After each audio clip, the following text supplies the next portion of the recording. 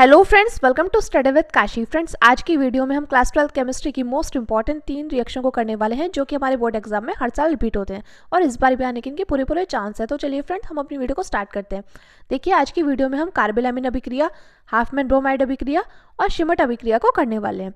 तो चलिए देखते हैं कार्बेलामिन अभिक्रिया।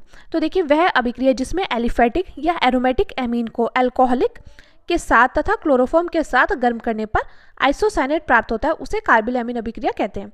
फिर से देखिए, कार्बेलामिन अभिक्रिया क्या होती है।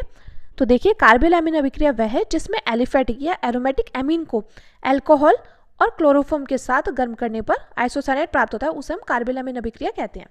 तो देखिए, आपको बस कार्बेलामिन अभिक्रिया जब भी आए, आपको ये बात ध्यान रखनी है कि हमारा क्या कंपाउंड बनकर तैयार होगा, तो हमारा आइसोसाइनेट बनकर तैयार होगा। तो देखिए, यहाँ पर हमने लिया है एथिल एमीन C2H5NH2, इसको बोलते हैं हम एथिल एमीन। एथिल एमीन की हमने क्लोरोफॉर्म के साथ और पोटेशियम हाइड्रोक्साइड के साथ क्रिया कराई है। तो हमने यहाँ पर 3 अणु पोटेशियम हाइड्रोक्साइड के लिए लिए क्योंकि हमारी समीकरण को संतुलित करने के लिए। तो देखिए, जब हमने एथिल एमीन और क्लोरोफॉर्म और पोटेशियम हाइड्रोक्साइड की आपस में क्रिया कराई तो हमारे यहाँ पर बनकर तैयार हुआ है एथिल आइसोसाइनेट यानी कि C2H5NC, इसको बोलते हैं एथिल आइसोसाइनेट। और हमारा पोटेशियम क्लोराइड बनकर तैयार हो जाएगा और हमारा जल बनकर तैयार हो जाएगा। तो फ्रेंड्स, ये हमारी कार्बेलामिन अभिक्रिया कि वह अभिक्रिया जिसमें एलिफेटिक या एरोमेटिक एमीन को अल्कोहल के साथ तथा क्लोरोफॉर्म के साथ गर्म करने पर आइसोसाइनेट प्राप्त होता है, उसे हम कार्बेलामिन अभिक्रिया कहते हैं। तो यहाँ पर एथिल एमीन की क्लोरोफॉर्म के साथ और पोटेशियम हाइड्रोक्साइड के साथ हमने क्रिया कराई, तो हमारे यहाँ पर एथिल आइसोसाइनेट बनकर तैयार हुआ और पोटेशियम क्लोराइड और हमारा जल बनकर तैयार हुआ है। अब देखिए फ्रेंड्स, हमारी अगली अभिक्रिया है हाफमैन ब्रोमाइड अभिक्रिया। तो देखिए, ये है हाफमैन ब्रोमाइड अभिक्रिया और देखिए फ्रेंड्स, ये एग्जाम की दृष्टि से बहुत ज़्यादा इंपॉर्टेंट है क्योंकि डायरेक्टली पूछी जाती है। और देखिए, डायरेक्टली आपसे ऐसे क्वेश्चन पूछ लिए जाएंगे कि एसिटामाइड की Br2 और KOH के साथ क्रिया कराएंगे तो हमारा क्या बनकर तैयार हो जाएगा। तो आपको पता होना चाहिए क्योंकि देखिए, क्वेश्चन जो आते हैं इन रिएक्शन से ही पूछे जाते हैं। तो अगर आपको एक ही वीडियो में पूरी बुक की रिएक्शंस चाहिए तो आप कमेंट कर ज़रूर बताना।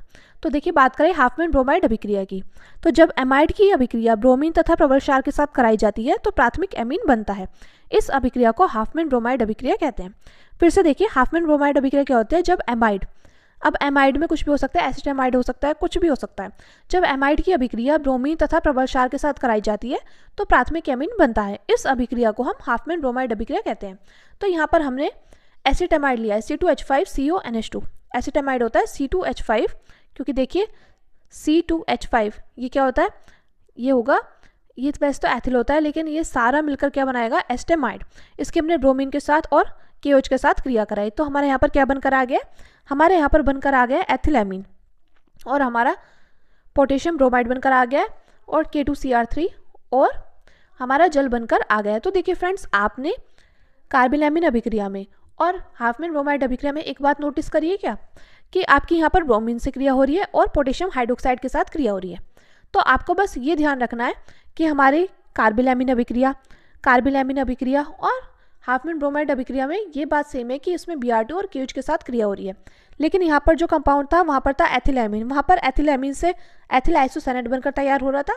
लेकिन यहाँ पर क्या हो रहा है, यहाँ पर एसिटामाइड से एथिल एमीन बनकर तैयार हो रहा है। तो C2H5NH2 क्या एथिल एमीन है। और फ्रेंड्स, ये रिएक्शन इसलिए भी बहुत ज़्यादा इंपॉर्टेंट है क्योंकि देखिए 2025 में कई पेपर सेट में डायरेक्टली पूछा गया है कि जब एसिटामाइड की ब्रोमीन के साथ और KOH के साथ क्रिया कराई जाती है तो क्या कंपाउंड बनकर तैयार होता है। या एक क्वेश्चन ये भी पूछा गया है कि हम एसिटामाइड से एथिल एमीन कैसे बनाएंगे। तो देखिए, आपको बिल्कुल डीप में इसके बारे में पता होना चाहिए, यानी कि ये रिएक्शंस पेपर की दृष्टि से बहुत ज़्यादा इंपॉर्टेंट है, तो आपको इनको अच्छे से तैयार कर लेना चाहिए। अब देखते हैं हमारी अगली अभिक्रिया है शिमट अभिक्रिया। तो देखिए, यह है शिमट अभिक्रिया। शिमट अभिक्रिया बहुत ज़्यादा इंपॉर्टेंट है और डायरेक्टली आपसे 2 से 3 मार्क्स की पूछ ली जाती है। तो वह अभिक्रिया जिसमें सांद्र सल्फ्यूरिक अम्ल की उपस्थिति में कार्बोक्सिलिक अम्ल की क्रिया हाइड्रोजोइक अम्ल से कराने पर प्राथमिक एमीन बनता है, इसे शिमट अभिक्रिया कहते हैं। फिर से देखिए कि जब वह अभिक्रिया जिसमें सांद्र सल्फ्यूरिक अम्ल यानी कि सांद्र H2SO4 अम्ल की उपस्थिति में कार्बोक्सिलिक अम्ल की क्रिया हाइड्रोजोइक अम्ल क्या होता है, N3H होता है। हाइड्रोजोइक अम्ल क्या होता है फ्रेंड्स, हाइड्रोजोइक अम्ल होता है N3H से कराने पर प्राथमिक एमीन बनता है, इसे शिमट अभिक्रिया कहते हैं। तो यहाँ पर हम एस्टिक अम्ल लेंगे CH3COOH, इसकी हम हाइड्रोजोइक अम्ल के साथ क्रिया कराएंगे सांद्र H2SO4 की उपस्थिति में, तो हमारे यहाँ पर मेथिल एमीन बनकर तैयार हो जाएगा और नाइट्रोजन गैस बनकर तैयार हो जाएगी और कार्बन डाइऑक्साइड गैस बनकर तैयार हो जाएगी। तो फ्रेंड्स ये है शिमट अभिक्रिया। अगर आपको इसका स्क्रीनशॉट लेना है तो आप इसका स्क्रीनशॉट ले सकते हैं। तो चलिए फ्रेंड्स, मिलते हैं नेक्स्ट वीडियो में। Thank you, thanks for watching.